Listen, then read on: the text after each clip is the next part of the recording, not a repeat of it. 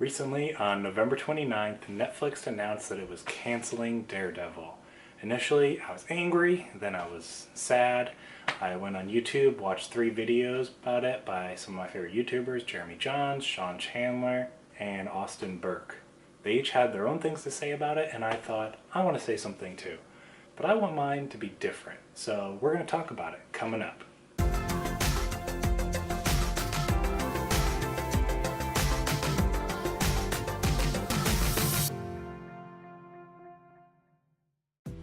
Hey everyone, my name is Austin, and on this channel we talk about faith, film, and everything in between, helping you to dig deeper and go further to better understand movies, shows, their characters, and their stories. If that's exciting to you and you're new here, consider subscribing because I put out new videos every Friday. Though I'm saddened by the cancellation of Daredevil, I didn't just want to make an angry rant video. I figured there's going to be plenty of those out there. I want to do something different. Instead, I thought it'd be fun to look back on the show, talk about my favorite moments, and why I considered it to be one of the greatest shows ever made. Daredevil started back in 2015, and season 1 told us the story of lawyer by day, vigilante by night, Matthew Murdock. After being blinded as a young boy, Matt develops heightened senses that allow him to take on the criminals of Hell's Kitchen in New York City, and uncover a conspiracy of the criminal underworld led by the one and only Wilson Fisk. Season 1 in particular holds a special place in my heart. After watching the first season, I was inspired to put myself out there and start a blog. I wrote a post about the practical lessons that we can learn from the show and Daredevil's abilities. I'll link to it down below if anyone is interested in reading it. The reason I say that that's important to me is because that blog is what led me to starting this led to me starting this YouTube channel. I loved season 1 of Daredevil. It was thrilling, it was exciting, it was smart, and at the same time it was all still grounded. There are highlights that I still remember vividly. One of them in particular, which I'm sure many other people know, is the 3-minute tracking shot hallway fight sequence. That scene is incredibly well done. It was one of the most enthralling scenes I had experienced in a TV show up until this point. Then, meeting Wilson Fisk and seeing how powerful he was. Someone embarrassed him, and because of that, he bashed their head in a door. Seeing Daredevil have to face down with this villain who has just this astounding amount of control over other people is incredible.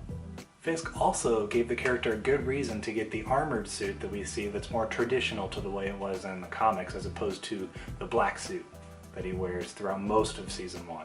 Instead of just giving him this suit right off the bat and being like, look, awesome suit, they're like, we're gonna start with something more realistic, more grounded, and he gets this other suit because he needs it to defend himself better and fight this villain. Excitement for season 2 was huge. We had Jon Bernthal coming in as the Punisher, Elodie Yung as Elektra, and of course the return of Vincent D'Onofrio as Wilson Fisk. He didn't get quite as much screen time as I would have liked in season 2, but if you watch season 3, and I'll get to it, he more than makes up for his absence throughout much of this season.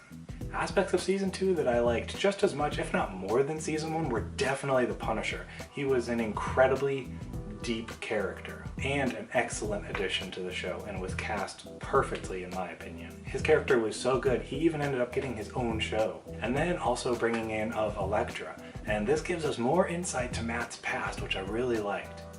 Things get absolutely crazy this season. We have Punisher, we have ninjas, we have gangs, we have Matt and Foggy trying to be the Punisher's lawyer to protect him, and then at the same time Fisk is trying to get to the Punisher. There's just thing after thing after thing that's like, oh my gosh, things are just going nuts. And as awesome as that was, I think that kind of gives the show, season 2, some of its weaknesses where like they tried to do maybe a little too much and it wasn't quite as grounded and as focused as season 1, but at the same time it was just awesome to watch. So I won't totally knock it down just for that. Season 2 definitely has bigger scale action, so it's not quite as grounded as season 1, so that's kind of a plus and a minus in itself. It's cool to see the bigger scale stuff, but at the same time I really appreciated the grounded nature of season 1. The writing in season 2 is also really good. I think in particular of the one scene where Daredevil and the Punisher are on the rooftop and having that conversation, just like, oh my gosh, the back and forth dialogue was incredibly well written. So the writing is really good in season 2. Not quite up to par with season 1, but it was still really well done. In between season 2 and season 3, we had to wait 2 years. And in between that time, we also got one season of The Defenders, which is like the Netflix Avengers, so Daredevil was a part of that. It wasn't quite as good. The Matt and Daredevil character are probably the only reason that I watched The Defenders, and probably the main reason I finished The Defenders, because I just love his character. All you really need to know about this season is it ends with Daredevil sacrificing himself in a building and it ends up collapsing on top of him. And he is suspected dead but rescued by a group of nuns who he actually grew up in their church. And that's where season 3 starts off. Matt has been rescued by these nuns and is very badly injured, and at the same time he also is partially deaf. He's lost a lot of his hearing.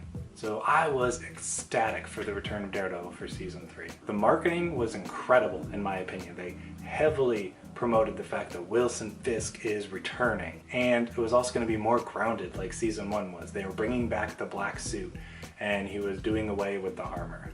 And right from episode 1 I could tell that the writing was back on track, way up to the level of season 1. It might even be better than season 1. The dialogue this season is absolutely electrifying. You're just gravitated to these characters and what they're saying. This was without a doubt my favorite season of the show and proved that it is one of the best. The character development in particular was excellent. Matt had a new character arc that we got to go through, which was really neat. The Bullseye villain backstory was really unique, the way they gave that to us through the perspective of Wilson Fisk. And Fisk, oh my goodness, he is perfectly acted and portrayed. He might be a better villain than Thanos. That's how good he is. As far as Nadeem, the FBI agent, I wasn't sure about him at the beginning, but after a few episodes he grew on me and I ended up really liking him by the end of the season. My favorite aspect of this season was the spiritual struggle that Matt goes through.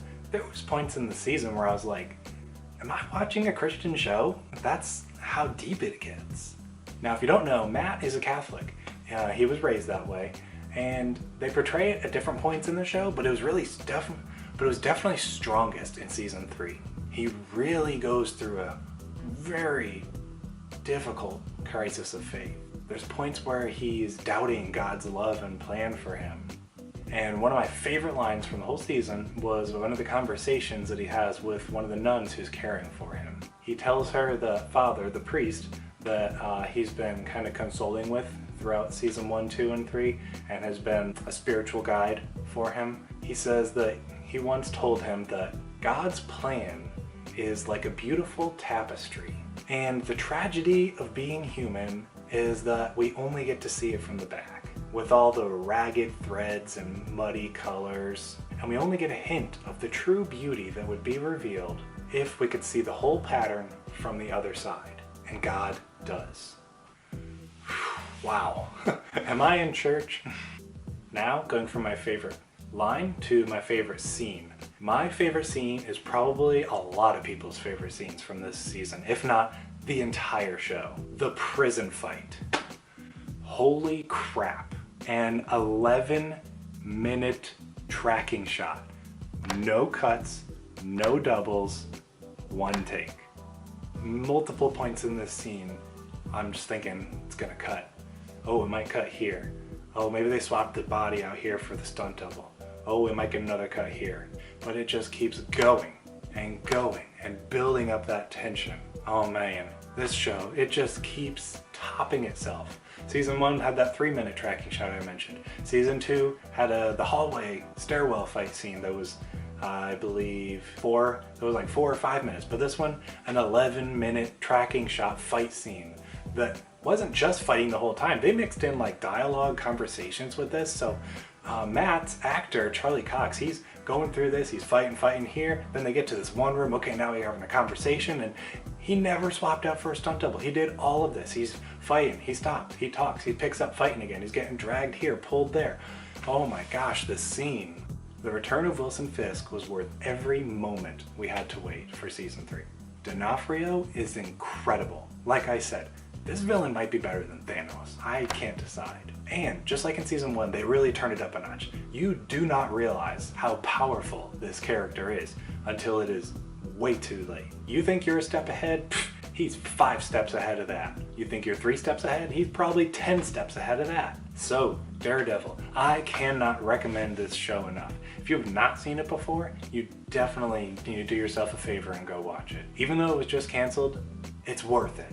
All the things that I just talked about are what I love. I'm just scratching the surface. There is so much character depth and action sequences. It's just incredible what this show accomplishes. And season 3 does end with good closure and on a high note, so I really appreciate that we at least have that at the end. All that to say, I love Daredevil. Consider this like an unofficial love letter to how great the testament of that show and how good it is. And please, as I mentioned, check it out if you have not. It is worth your time. Hey, thanks for watching my video. If you want to dig deeper and go further to better understand movies, shows, their characters, and their stories, then you should definitely subscribe to my channel so you don't miss out on any new videos. I put up new content every Friday. And you can check out another one of my recent videos right here. Thanks, and I'll see you in the next video.